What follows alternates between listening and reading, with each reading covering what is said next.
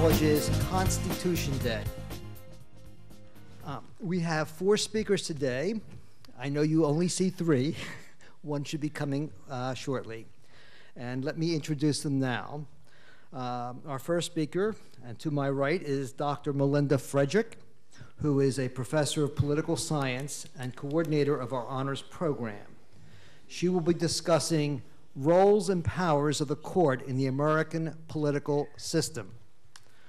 Our second speaker will be Professor Johnny Jones. He's a professor of criminal justice, public safety, and law, and he will examine the composition and diversity of the court and the new appointee. Our third speaker is Dr. Ron Deaton, at the left end over there, not politically speaking. Oh, yes.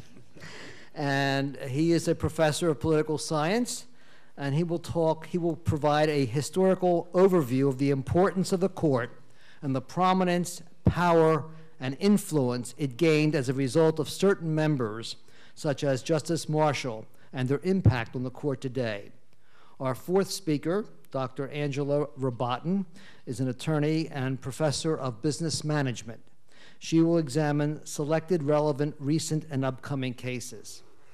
After all the 4 speakers have completed their overview, there'll be time for questions and responses by our panelists. I'm going to ask those who have questions to come down and right over here in front of the panel and use the mic so it will be clear what your question is to the other people in the audience, and I thank you for that. So without further ado, let us begin with Dr. Melinda Frederick.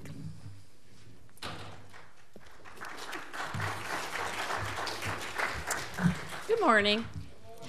Well, my job is to set out a little bit of an overview. You know, we're here celebrating Constitution Day at the college, and Constitution Day has involved a series of events, including this panel discussion.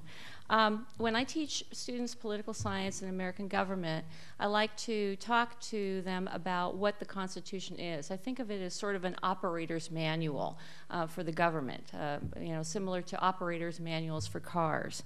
The Constitution is a legal document, and it sets out the structure of government, how power is exercised within our American political system, who has authority, how that authority and power is exercised and distributed, what the rights and responsibilities are of the people in the democratic political system that we have, and how laws are made and disputes are resolved. So today, the panel is going to look at one of the 3 branches of government, the judicial branch of government, and specifically we're going to look at the Supreme Court. Now, those of you who've taken American government or studied it in high school know that we have 3 branches of government, that our founding fathers, when they created the Constitution, were fearful of the monopolization of power, similar to what had existed in England at the time that the Constitution was being created. They wanted to make sure that power was distributed between different branches so that no one branch could overtake or monopolize the power. So, you know, we have 3 branches. We have the executive branch, we have the legislative branch, and the judicial branch. The legislative branch is the branch that makes the laws. The judicial or the executive branch is the branch that enforces the laws, and the judicial branch that we will be talking about today is the branch that interprets laws. Okay, so how is power exercised in our 3 branches of government? Well, power is exercised in a number of ways, but in the legislative branch, individuals are elected, senators and congressmen, and they're elected by the people in their states and their districts for terms of 2 years if you're in the Congress and 6 years if you're in the Senate. Similarly, in the executive branch, power is received by the people who elect the executive. The executive is the president, and our current president was just elected last November and serves a term of 4 years. We also have a limit on terms for the president, for the executive. of 2 terms, so only 8 years can be served. So power is checked by the people who elect the representatives to the legislative branch and by people who elect the executive. The court is different. Of the 3 branches, the court in the federal structure is not an elected court. Members sit on the court by appointment. And that's an interesting difference. There are reasons for that. Why did the founders of the Constitution create 3 branches of government, each with select and distinct powers, 2 of which were elected by the people, and 1 of which was not? One was, in fact, appointed. And appointed by whom? Well, appointed by the president and confirmed by the Senate or the legislative branch. So why did the court structure have a different way of coming into being? Well, there are a few reasons for that. Power in the court is not directly based upon the people and the people's will, whereas the executive branch and the legislative branch look specifically to the electorate to tell them how to exercise power and how to make laws, because we are a representative democracy, and democracy means demokratos, or people power. The judicial branch or the court sees a different source of power, and that power is, in fact, the Constitution, not the people, not the voters, not the electorate. So laws are made based upon the interpretation of the Constitution, not what's the political whim of the day, what the people want. Let's all vote for slavery.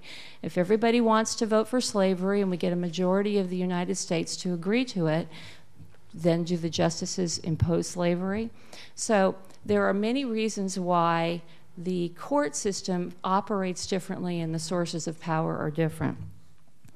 Appointment power also carries with it a life term, if you will, different, if you will, from either the executive or the legislative. So now we have a court that not only doesn't get elected by the people, but once you're there, you get to serve for life. Well, that's a lot of power, indeed.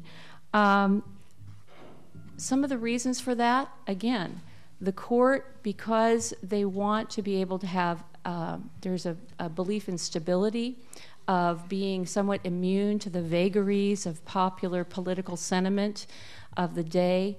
They want to be able to reflect and make decisions according. Now, are there any powers, or are there any ways of checking the justices on the court? Yes, in fact, there are several. One of which I mentioned, the appointment power of the judges is how they are initially checked. You can't get onto the court unless you are nominated by the executive. So there is some, obviously, check by who the executive wants to choose.